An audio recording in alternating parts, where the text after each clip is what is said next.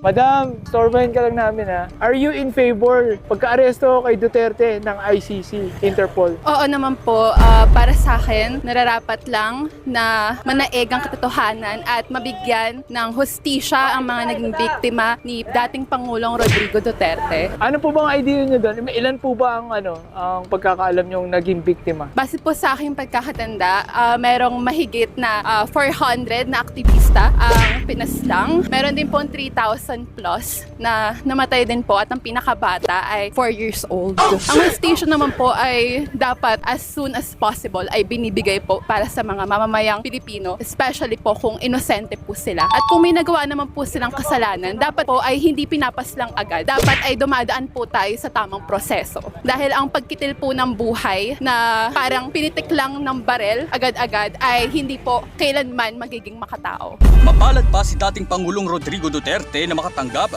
ng due process matapos itong maaresto sa bisa ng arrest warrant na inisyo ng International Criminal Court o ICC. Iyan ang sinabi ni Randy De Los Santos, Tio Hinikian De Los Santos na napaslang sa kasagsagan ng drug war ng dating Pangulo.